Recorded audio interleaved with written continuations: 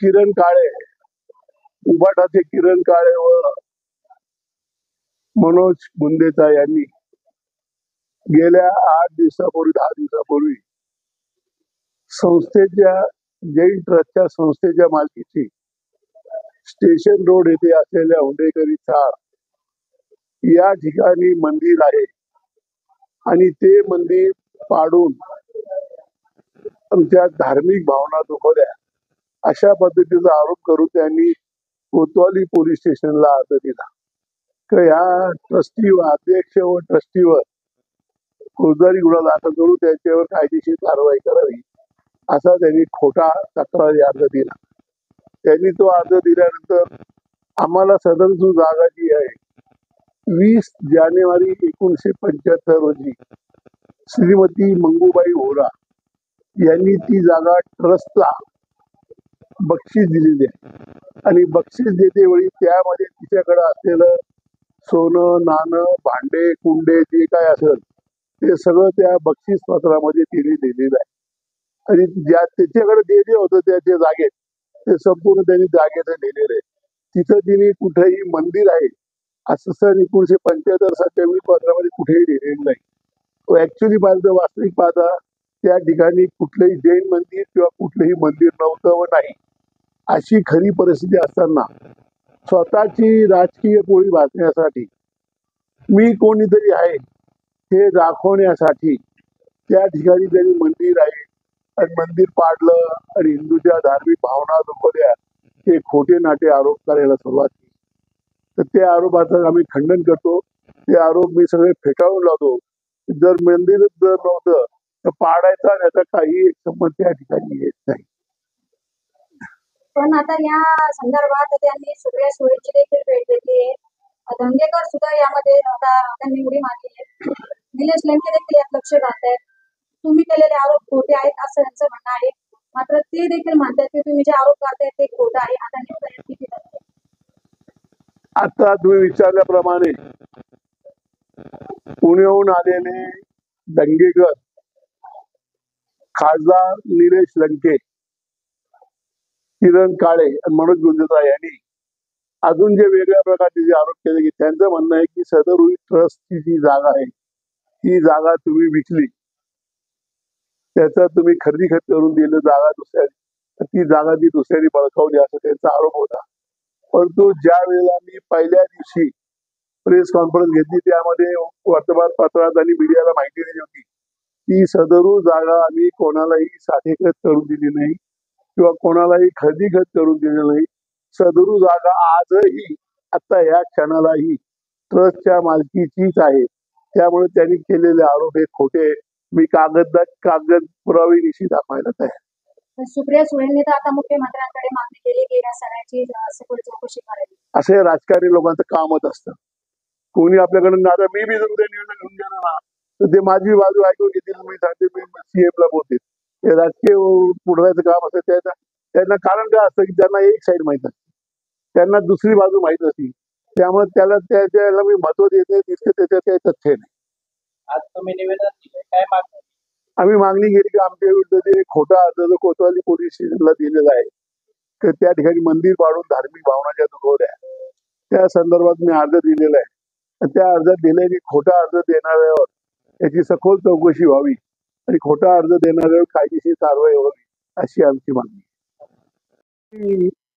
मुंबईला काल प्रेस कॉन्फरन्सला किंवा टीव्हीला किंवा केबलला कशा तरी मुलाखत दिली. आमच्या जैन संघाचे ट्रस्टी व सकल जैन संघाची परवाच्या दिवशी रात्री कापड बाजार जैन मंदिर या ठिकाणी मिटिंग झाली आणि ही जी संस्थेवर जी चिखलफेक चालली आहे, संस्थेची जी बदनामी चालली आहे ही कुठतरी थांबवायला पाहिजे. ही खोटी बदनामी करणाऱ्यावर काहीतरी केलं पाहिजे म्हणून जी मिटिंग झाली तर ती मिटिंग झाली तर त्यांनी त्या मिटिंग मध्ये असं झालं असं त्यांनी जाहीर केलं की सदरू मिटिंग झाल्यानंतर त्यांना काही लोकांनी दमदाटी दिली की तुम्ही जर काय पुढे कारवाई केली तर याद राखा. वास्तविक पाहता दमदाटी कोणी आम्हाला केली नाही. मी काय इतका दूध खोळा आहे का की मी जर तुमच्या विरुद्ध जर DSP ऑफिसला तक्रार अर्ज द्यायला येऊ शकतो तर माझ्या विरुद्ध मला जर कोणी तक्रार मला त्रास दिला किंवा कोणी जर दमदाटी केली तर मी त्याच्याविरुद्ध काय तक्रार करू शकत नाही का? आता काय झालंय, त्यांचा समज असं झालाय की जैन समाज हा शोषक आहे, जैन समाज हा गरीब आहे, जैन समाज हा शांत आहे, ही गोष्ट खरी. परंतु ना इलाजाने जर आली अंगावर तर घेतली शिंगावर, ह्या उद्देशाने सुद्धा आम्ही तयार आहे. तर कोणी अंगावर जर आलं तर त्याला शिंगावर घ्यायची बी आमची तयारी. असं त्यांनी जो आरोप केलाय, तो आरोप सुद्धा त्यांनी जो केलेला आहे तो बिनबुडाचा, खोटा व जनतेमध्ये गैरसमज पसरवणार आहे. 32 ते 33 वर्षापासून या ट्रस्टचा अध्यक्ष आहे आणि गेल्या 41 वर्षापासून या ट्रस्टचा ट्रस्टी आहे. आजपर्यंत आमच्या ट्रस्टमध्ये कुठल्याही प्रकारचा गैरव्यवहार, गैरकारभार कधी झालेला नाही. मी व माझ्या सोबत असलेले ट्रस्टी मंडळ एक मुखाने एक दिलाने सगळं काम करतात आणि मी माझ्याबरोबर असणाऱ्या ट्रस्टी मंडळाचा पूर्ण विश्वास आहे आणि समाजाचाही माझ्यावर पूर्ण विश्वास आहे. त्या जागेमध्ये असणारे सर्व भाडेकरी यांना बोलवतोय, त्यांच्याशी चर्चा करून सदरू जागा ही मंदिराला वीलपत्राने ट्रस्टला मिळालेली असून ते धार्मिक कामासाठी आम्हाला पाहिजे आहे. तर तुम्ही भाडेकऱ्यांची सर्व जागा खाली करून ट्रस्टच्या ताब्यात द्यावी अशी मी त्यांना विनंती आज दुपारी 4 वाजता करणार आहे. तर तो जो काय रिझल्ट येईल तो पुन्हा मी मीडियावाल्याला सगळ्याला बोलून, पत्रकार लोकांना बोलून काय निर्णय झाला हा मी तुम्हाला कळवत निश्चितच. आणि माझी अजून एक विनंती आहे की काही लोक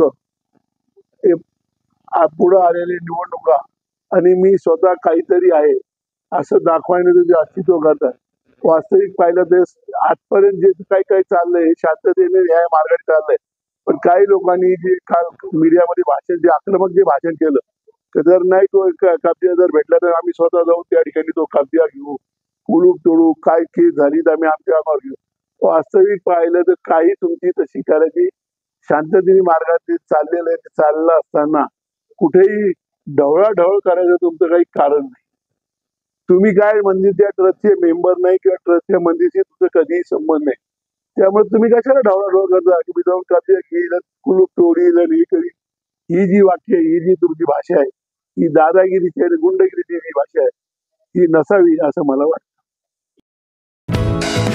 दर्जेदार शिक्षणाची हमी म्हणजेच JSS गुरुकुल. प्ले ग्रुप ते इयत्ता 8वी इंग्रजी माध्यमासाठी प्रवेश प्रक्रिया सुरू. डिजिटल तंत्रज्ञानाद्वारे शिक्षण पद्धती. एका वर्गात फक्त 20 ते 25 विद्यार्थी. गणितामध्ये प्रावीण्यासाठी abacus. Pickup and drop facility.